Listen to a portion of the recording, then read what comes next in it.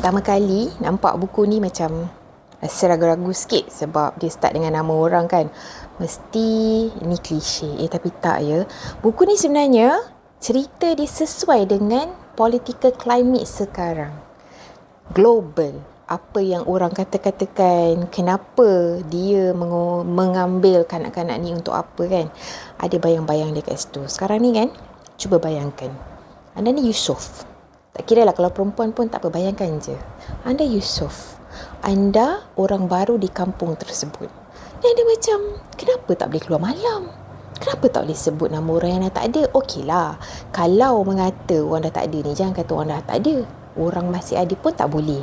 Tapi kenapa? Kalau kata ahli keluarga tu nak berborak pasal orang yang dah tak ada tu pun tak boleh. Jadi dia banyak persoalan lah. Lagi-lagi dia cikgu. Mestilah dia ada satu perasaan yang membuat-buat rasa ingin tahu kan.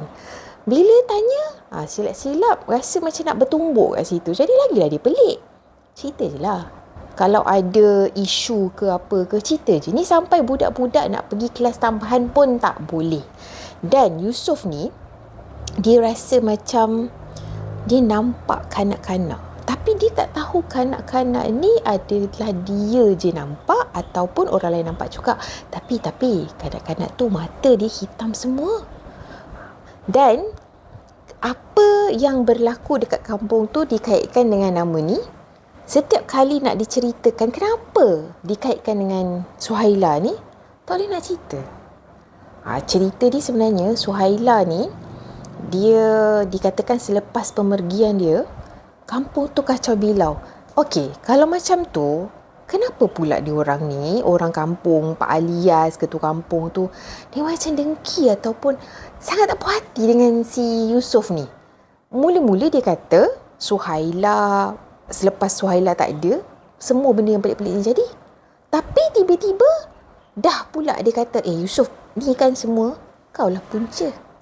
Kaulah punca benda-benda pelik dalam kampung ni berlaku. Tiba-tiba ada tulang temulang dekat kawasan rumah Suhaila dulu. Semua salah kau. Dia macam, tadi kata lain. Macam itulah.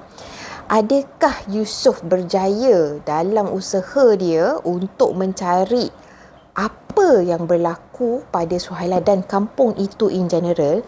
Siapa orang-orang yang katanya orang bandar yang dekat dengan kampung tu? Kenapa dia nak sangat duduk dekat dengan kampung tu? Kau orang kat bandar kot. Kita semua besar-besar, babe.